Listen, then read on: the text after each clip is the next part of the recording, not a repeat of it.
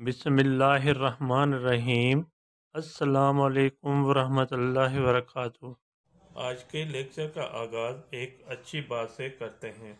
जिस ज़मीन पर बारिश न हो वहाँ की फसलें बर्बाद हो जाती हैं। जिस घर में दीन न हो उसकी नस्लें बर्बाद हो जाती हैं।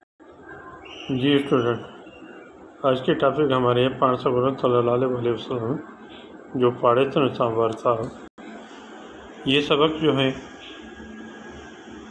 क्लास 7 की बुक में से आसान सिंधी किताब में से लिया गया है और इनके मुश्किल अल्फाज मैं आपको पढ़कर समझा देता हूँ। जो बच्चे मेरी पहली मर्तबा वीडियो देख रहे हैं वो सब्सक्राइब और लाइक ज़रूर करें ताकि आने वाली वीडियो आपके पास पहली फुर्सत में पहुँच जाए। आइए रीडिंग की तरफ। वधिक ज़्यादा, हड डोखी, हड डोखी, इसको खे करके पढ़ेंगे। हड डोखी, मददगार, मोकलियल, भेजा हुआ, रसायाउन, पहुँचाया, सुखड़ियून, सौगात, इसको खे करके पढ़ते हैं। सुखड़ियून, सौगात, दरवाज़ो, दरवाज़ा, इज्जो, करीब, किन्हन, किसी, किन्हन, किसी, ढावल, ढे करके पढ़ते हैं। ढावल, पेट भरा हुआ, भूखियो, खे करके पढ़ेंगे। भूखियो, भूखा, जदहन, जब, तदहन, तब, छे, चीज़, आण्यो, लाओ, जेकदहन, अगर, थोड़ी, कम, खलून, छिलके, बार, बच्चे, गड्ढ, सात, टे, तीन, भेरा, मर्तबा, केर, कौन, किथे, कहीं, दिनो वञे, दिया जाए, वर्ताव, बर्ताव या सलूक, झेड़ा जटा, झगड़े फसाद, पाड़, जड़। ठीक है बेटा, ये एक वर्ड मीनिंग है जो आपको मैंने पढ़कर समझाया। और इस वीडियो को 2-3 दफ़ा ज़रूर सुनना ताकि आपके भी तलफ़्ज़ सही हो जाएंगे। और तलफ़्ज़ सही हो जाएंगे तो तलफ़्ज़ सही होने का हमारे पास क्या फ़ायदा होगा?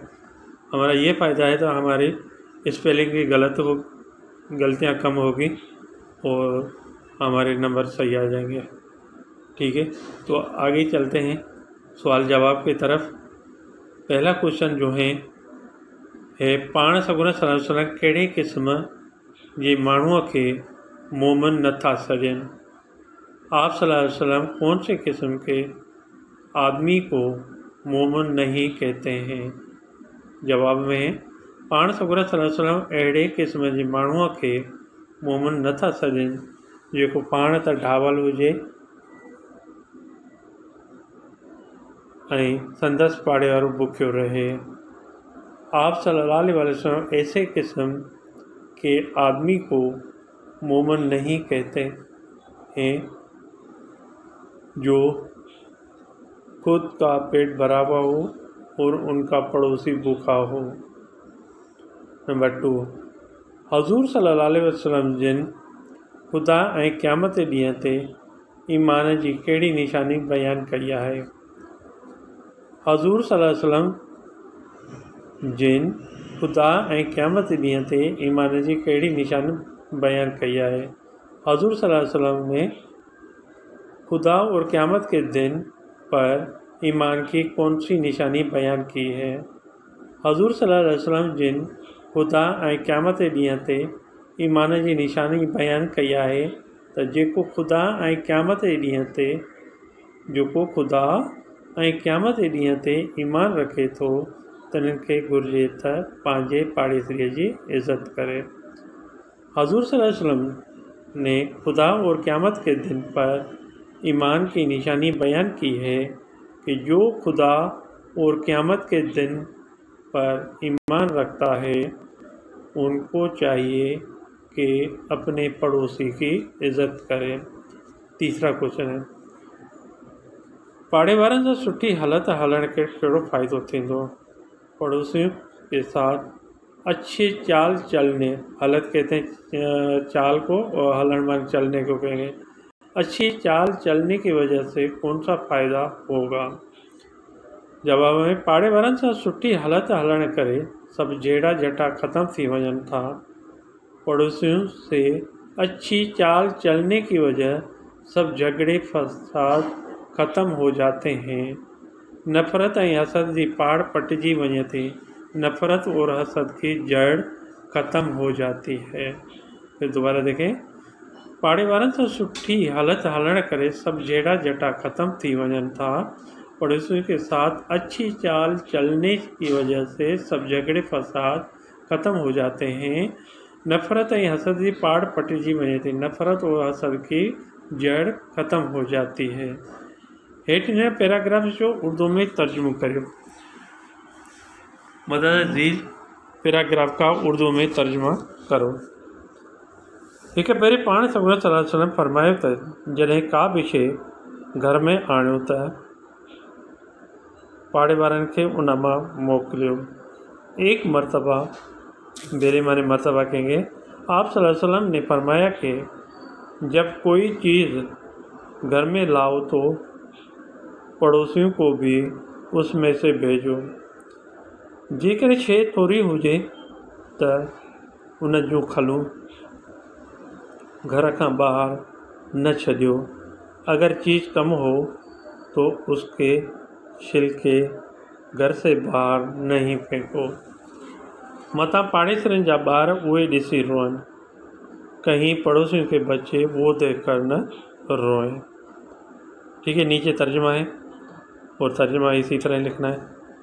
वही तर्जुमा है जो आपको मैंने करके समझाया।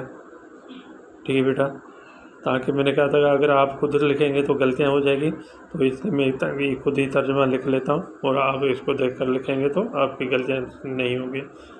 लिखने का तरीका ये है, वर्ड मीनिंग जो है वो आपको जब लिखेंगे वर्ड आपको ब्लैक से लिखना है और मीनिंग आपको किससे लिखना होगा बेटा?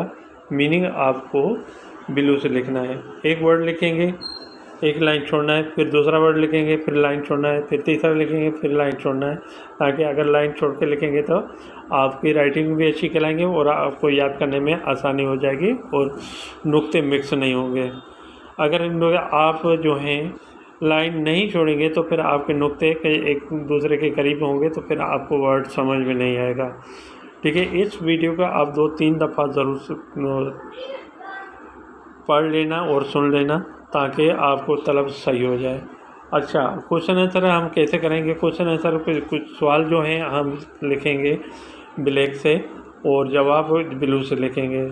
सवाल लिखेंगे तो फिर कोई लाइन नहीं छोड़ेंगे और फिर जवाब लिखेंगे और जब जवाब पूरा कंप्लीट हो जाएगा फिर आप मैंने एक लाइन छोड़ी है, आपको 2 लाइन छोड़नी है, फिर दूसरा क्वेश्चन उतारना है, फिर आपको एक लाइन 2 लाइन छोड़नी है, फिर आपको तीसरा क्वेश्चन उतारना है।